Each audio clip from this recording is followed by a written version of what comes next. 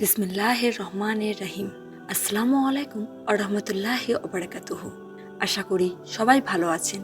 আল্লাহ তাআলার রহমতে আমরা যেন সবাই ইমানের ওপর অবিচল থাকতে পারি সেই দোয়া করি।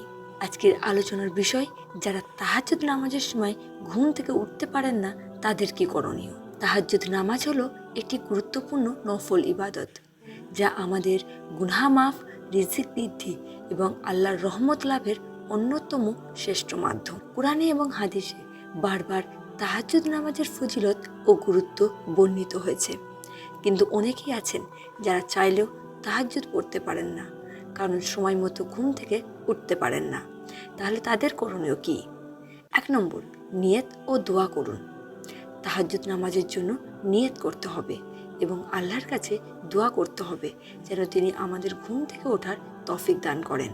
রাসূলুল্লাহ সাল্লাল্লাহু আলাইহি ওয়াসাল্লাম বলেছেন, যে ব্যক্তি রাতে তাহাজ্জুদ পড়ার ইচ্ছা করে ঘুমিয়ে পড়ে এবং ঘুম থেকে উঠতে না পারে, তাহলে তার জন্য তাহাজ্জুদের সওয়াব লিখে দেওয়া হয় এবং তার ঘুম সৎকার শামিল হয়ে যায়। 2 নম্বর, রাতের খাবার ও ঘুমের সময় ঠিক করুন।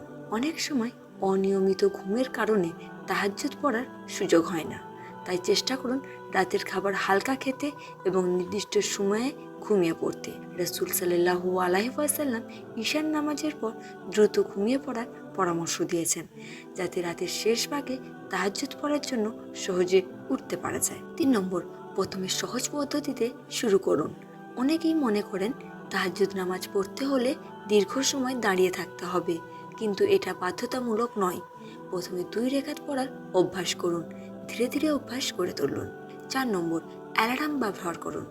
আপনি যদি সহজে উঠতে না পারেন, তাহলে একাধিক অ্যালার্ম দিন এবং এমন জায়গায় রাখুন যাতে উঠে বন্ধ করতে হয়।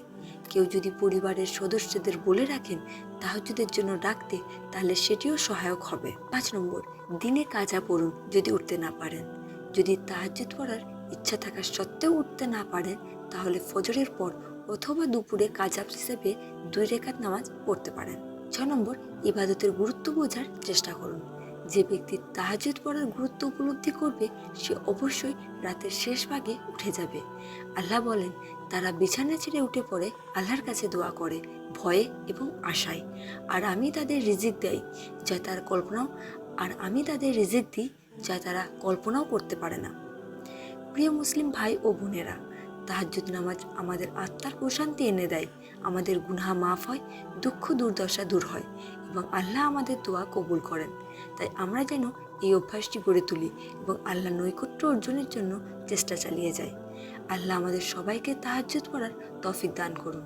আমিন। ভিডিওটি ভালো লাগলে অবশ্যই লাইক করে দেবেন, কমেন্ট করবেন।